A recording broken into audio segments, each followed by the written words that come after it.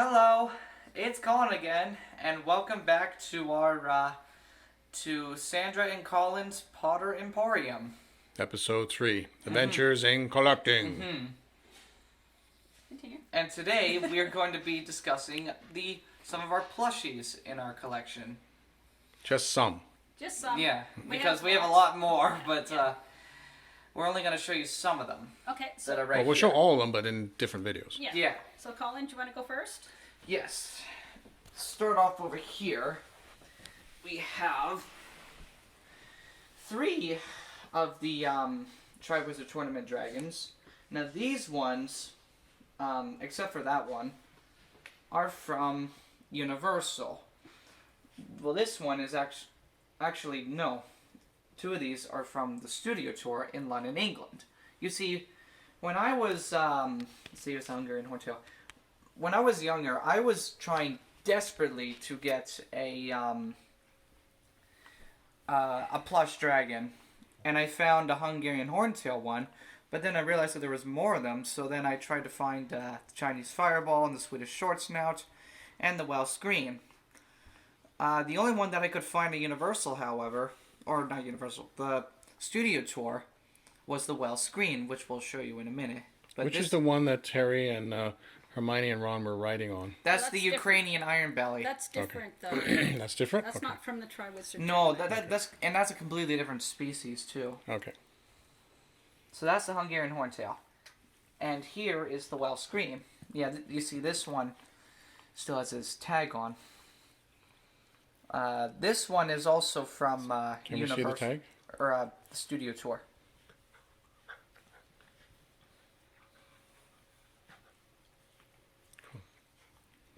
But yeah, this dragon here is from the studio tour. And after I found him, I was also trying to find the Chinese Fireball and the Swedish Short Snout, but I couldn't find it. So then, the last time we went to Universal, I found the Swedish Short Snout. Universal in Florida or California? No, Florida. We always go to the Florida one. Okay. Well, but people watching the video may not know that. Oh, right. Sorry. Never mind. But yeah, we got this dragon from Universal, and I didn't think it would be there. I just happened to stumble upon it. And now the only one that I'm missing is the Chinese Fireball. Okay. But yeah, that's the Swedish Short Snout. Okay, next. Let's do these. Let's do these 3. Yeah. Now these here, these are actually quite special. These ones are from High Resolution Design, or they are now called the London Toy Company.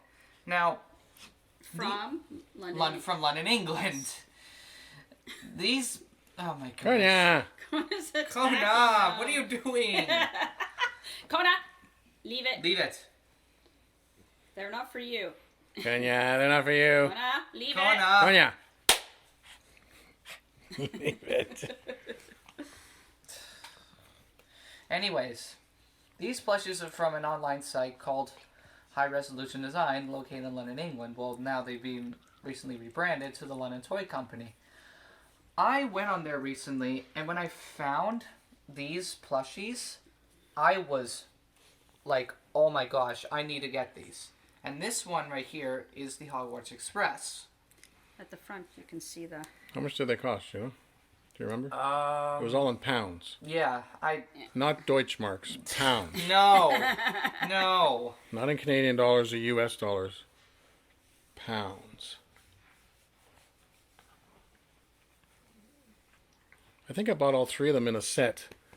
And I think the That's set Ford was like Anglia. 40 Now or 50 this pounds. one- I forgot.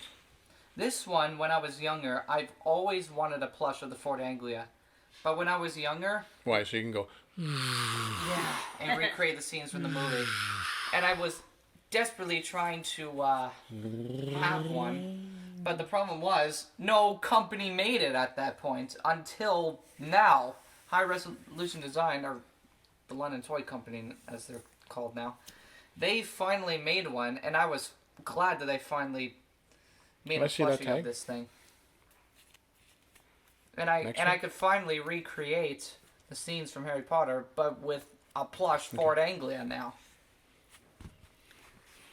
Ron, What's that quote? Are you sure you know how to fly this? No problem. And then they almost fly. I don't think muggles. What do you say? No, let me do it. Most muggles aren't accustomed to seeing a flying car. Right. And they disappear. Okay. And this is the night bus. It's big and plushy. And what's special about the night bus? The night bus, I kind of wanted a plushie of as well. But, I didn't think it would actually be this good. Like this See amount what of it says? detail. All destinations, nothing underwater.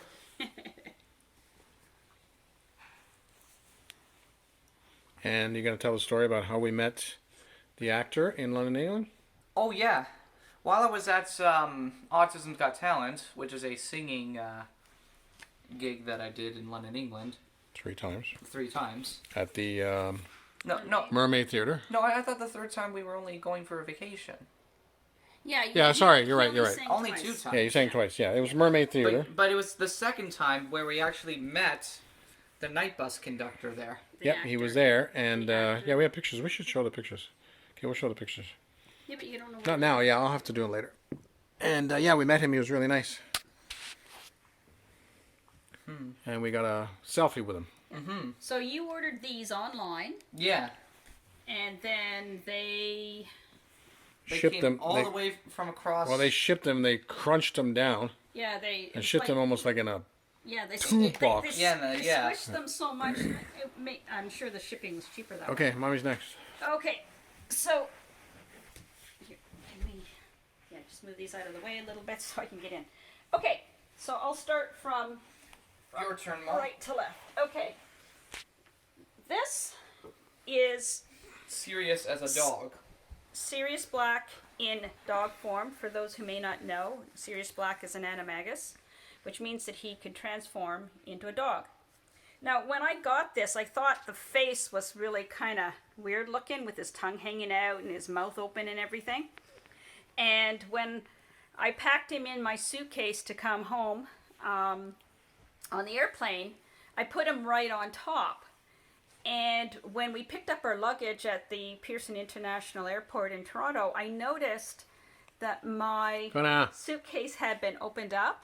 Mm-hmm. And what I think happened was when they saw this on the X-ray machine or whatever it's called, they thought it might be a real dog, especially the way its mouth is, right? Yep. And so they opened it up to check. So I thought that was kind of funny. No, I forgot. Did they tell you that they checked, or you just? This time, no. No. Because they didn't. Kona, leave it alone, please. They didn't, because all they did was open it, saw it, and close it again. They didn't actually dig through anything. Nothing inside was touched, but I could tell by the way the zipper was done back up that they had actually opened it up. Yeah. So they didn't put a note in, but with one of the other things that I Well, bought, it is they life did. size. Yeah. And let's think about it. If you saw this on an X-ray, especially with the mouth the way it was, Yeah. you might think, oh my gosh, somebody actually put a real animal in their suitcase, which is like the dumbest thing anybody could do, but, you know. When they opened it, they were like, "Oh, Yeah. it's a plush." Yeah. Well, and mommy then it keeps just- getting searched at Yeah, the airport every all the single time. Yeah, When we well, come there's back. another thing. Eventually, I'll show the other one that they actually searched my suitcase for. Yeah, we'll do that. Because Yeah. it was at the bottom. That was one of Okay. the Horcruxes. Yeah, so that's serious. Okay, so I'm just going to go from right to left. Okay, so this is Hedwig, again from Universal Studios in Florida. And Hedwig, this is a puppet, which I really think is cool because you can turn the head Mm-hmm. and it makes sounds. From the movie. Yeah. So I always thought that was really cool. I've had this for a few years. We've had it since 2011. Yeah, I don't press the sound on it very often, so it's lasting. It's just, one of those sound buttons that you get in some of the plushes. But I thought this one was really cool because it is See the tag, please? it is a puppet. And I don't take the tags off of any of the collectibles that I buy, for Well, you take the tag off. Yeah, I for take the future tags off. reference. I don't know if somewhere along the line. And yeah, it cost at the time $29.95 American at the time that we bought it. Cool. But I didn't like the way that Hedwig was killed off in the movies Well, and in the book. Yeah. Well, of course. It killed So off. J.K. Rowling pissed me off then. Okay, so this is Dobby. Dobby really isn't actually a plushie, but he is very squishy, so I thought I'd put him in here. And because he looks very lifelike, he is bendable. He does have wire inside, so I suppose you could pose him if you wanted to. Anybody who didn't cry when Dobby was killed is not human. Yeah. So I really liked this guy, so I put him in this video. He's got a lot of detail on the face, which is really neat. Dobby was curious. No, I like the scene where he makes the chandelier fall down. Oh yeah, I love that. He says he never meant to kill her. Never meant to kill. Remember, he says Only Meant to maim or seriously injure. and then Always steals a wand. Yeah, unfortunately, that was just Who before. gets his wand? Unfortunately, that was just before Bellatrix killed him with her knife. Dagger. Yeah, and we have her knife too. Yeah, we do. In another video. Okay, so this is Fox. Now I have two different foxes, but This one is from the Noble Collection. this one is from the Noble Collection, and he's And how do you spell his name? Fawks. Fawks. And I really like the detail on him, so Not I brought, Fox, yeah. I brought him in here instead. And Noble Collection. He was. You can see the price, $59.99 American, and then it says Edge Platinum price. I'm not sure what that's all about. Oh no, that's from EB Games. Oh, sorry, is this from EB Games? Yeah. Oh, okay. Yeah. So then that's Canadian. They might have gotten it from Florida, but that's from EB yeah. Games. But this one's Canadian. Okay, yeah. So this is the one from. So GameStop in America, EB Games in Okay, Canada. yeah. I like, because I do have a fox that I bought from Universal Studio, but he doesn't have as nice of detail on him as this one. I find the Noble Collection really does a really good job of the details and the quality of the products that they make. And so this is just another example, and I really like the quality of it. So Fox took off into the sunset after Dumbledore's death. Yeah, after Dumbledore. You said it was a lot. Is this a puppet too? No. You said it was a lot more. In the book, I found it more poignant when they, the way it was described, how he flew away, never to be seen again, and Right. he was crying, like his foxes, the sound that phoenixes make. Yeah. But it just sounded very poignant to me, and so that always, I don't know, rang very emotionally with me when. Yeah. Visually, it was just for a few seconds. Yeah, like in the movie, it was just like, oh, he's gone. But the way it was described in the book was very. I found it very emotional because he was so dedicated to Dumbledore, and but when Dumbledore was gone, he never came back. He just went away. Go now. Lots of happy and sad parts in Harry Potter. Okay, so for those who are fans of the books, their Bowtruckles were covered in the Care of Magical Creatures course that Harry, Ron, and Hermione took. It wasn't really talked about in Harry Potter that much, just in passing. It became, in Fantastic Beasts movies, Pickett became a very big character.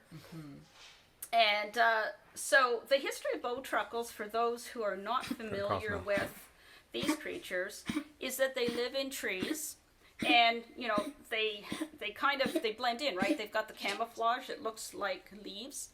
And they will furiously guard the tree that they live in. It's their home. And most of the time, the trees are considered wand quality wood. And in order to be able to take a branch off of one of these trees to make a wand, you have to pacify the Bowtruckle, and you can do that with what's it called? Looks like rice, but it's not. Darn it, can't remember what they're called now. Anyways, you can feed it, and they will, let you take a branch off the tree. But if you actually tried to cut down the entire tree, they would attack. Interesting. Yeah. I didn't know there was so much background because. Well, there is, because they talk about it in Care of Magical Creatures. But again, There's Barnes and Noble. I got this in Buffalo. Yeah, we got that one in Buffalo. Yeah. But again, in the movie they can't put every single thing in. So So what is it with them picking locks, as they mentioned in the movie? again, Or is that just a movie thing? that's a movie thing. In Fantastic Beasts, they said, "Oh, these things are great at picking locks."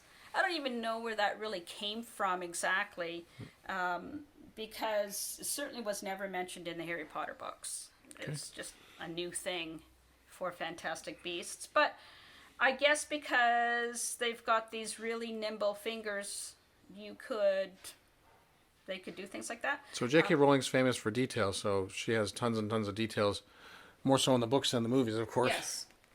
I just want to quickly show Colin's plushies over here. We'll do this maybe in more detail for another video, but he's got a bunch of... Harry Potter.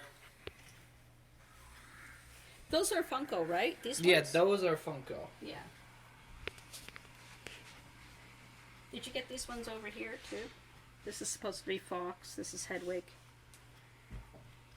He's got it mixed in with others. Yeah, and then he's got the little ones down here. Tiny ones. Whoops. Tasmanian Devil. Mm-hmm. There's double. Star Wars. Let's play tic-tac-toes. Yeah. Got Hagrid and Oh. Hedwig over here. There's a whole bunch of them. Oh, careful. It's okay. Yeah, some of these are quite detailed. Yeah. Okay, cool. Okay. Mm-hmm. So those are the ones that we wanted to talk about today. We do have many others that we can talk about in in a another future video. Yeah, in a future video. Okay, I did want to ask you some questions. Okay.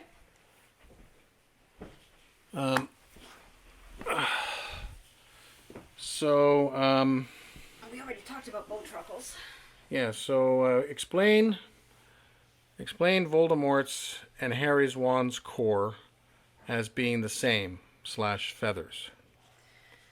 Well, Fox gave 2 feathers. This is according to Ollivander, who made the wands. Fox only ever gave 2 feathers to be used in wands. And the irony of it is, as you may know, the wand chooses the wizard, not the other way around. And those 2 wands, one chose Voldemort, who was at that point not yet Voldemort. He was Tom Riddle. And the other one chose Harry.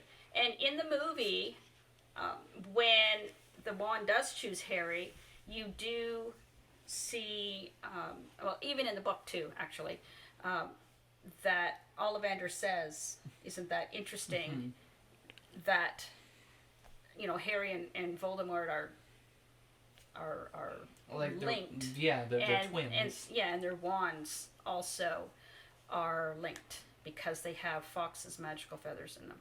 Okay. And explain what really happens, in Deathly Hallows Part 1 on where they land, the book versus the movie. What do you mean where they land?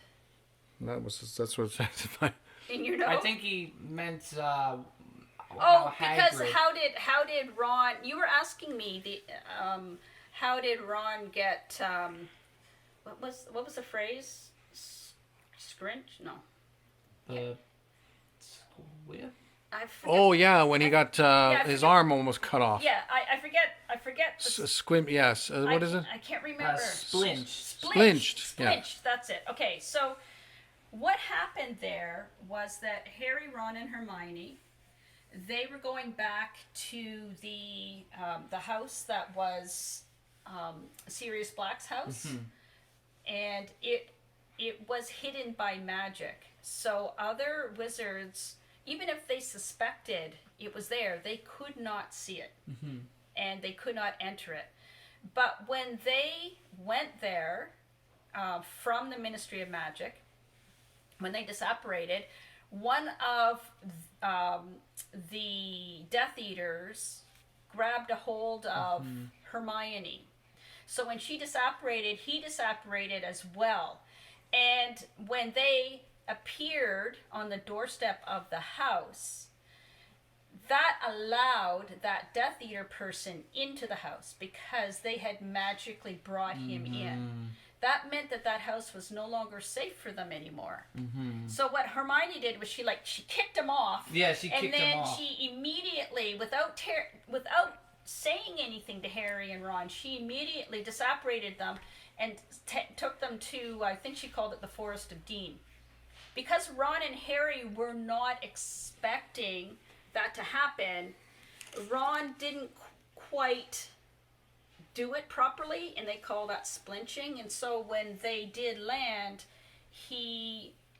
part of them didn't show up. And in the book, when you read about them learning how to disapparate, this unfortunately happens to some people at different times. And so Hermione always carries Essence of Dittany around, so that's like one of those cure-alls, magical cure-alls, and she used that on him to fix him up. Okay, and finally, we have more questions, but this will be just for this video. Explain about evil magic not being able to heal / replace injuries, and they have to use Muggle medicine. Oh, well. I.e. ear and Ron's father's injuries. Okay, so that's actually not quite right, but when dark magic is used to injure somebody, it's very, very hard to cure the person. Dark magic was used to take the ear off. I always keep forgetting, Fred or George. Which is it? Did you say which? No, I didn't know. Because they're twins. Who remembers? Twins. I keep getting mixed up. Anyways, whichever one lost his ear. Oh, I think it was George. Was it George? It's not like they could replace his ear. That was done with dark magic, so he just didn't have an ear. They couldn't magically put an ear back on. The other thing that I was talking to you about with regards to this was in the books and not really shown in the movies. When which happens a lot. Sorry? Which happens a lot. Yeah. When Arthur Weasley was guarding the